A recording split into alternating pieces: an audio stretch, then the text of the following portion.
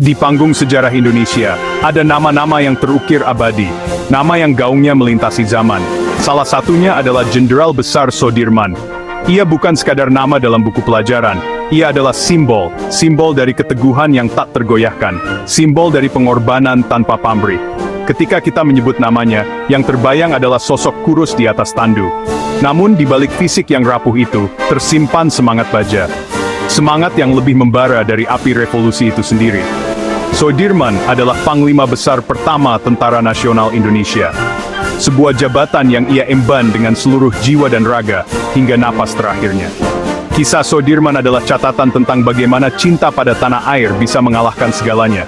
Mengalahkan rasa sakit, mengalahkan rasa takut, bahkan mengalahkan keterbatasan fisik yang paling ekstrem sekalipun.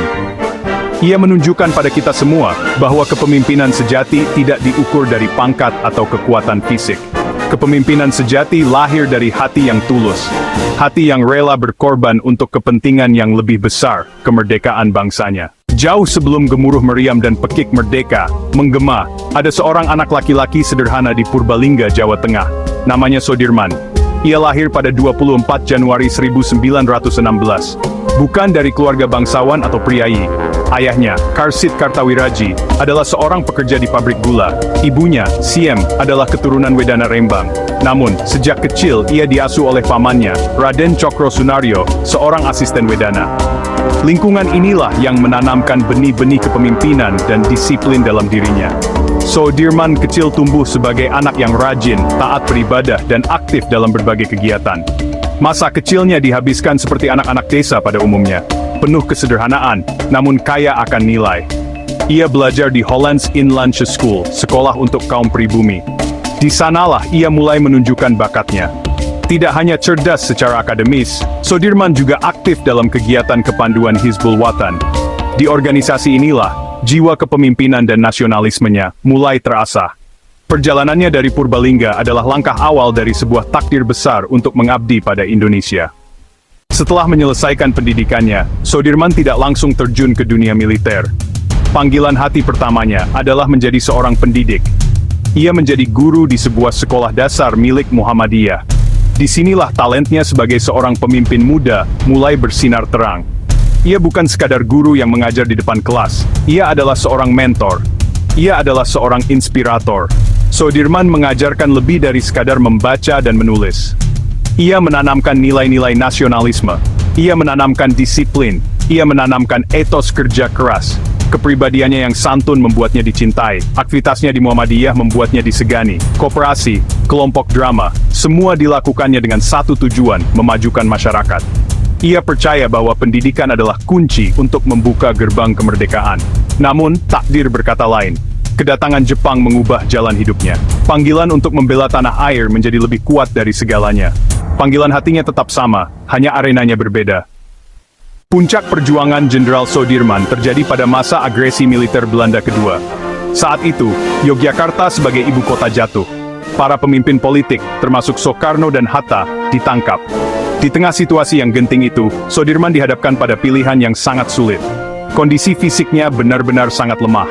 Satu paru-parunya tidak berfungsi akibat penyakit tuberkulosis.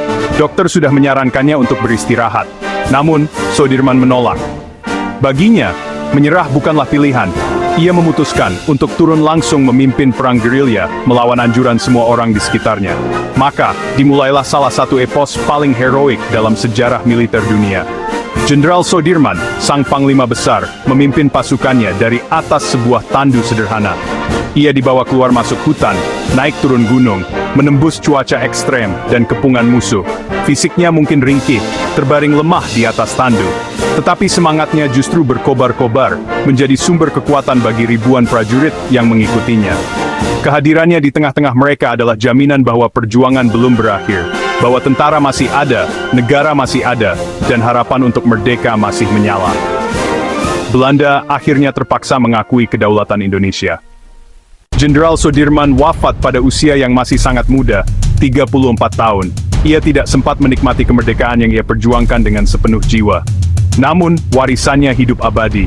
Warisan terbesarnya adalah karakter, sifat pantang menyerah, dedikasi total tanpa pamrih.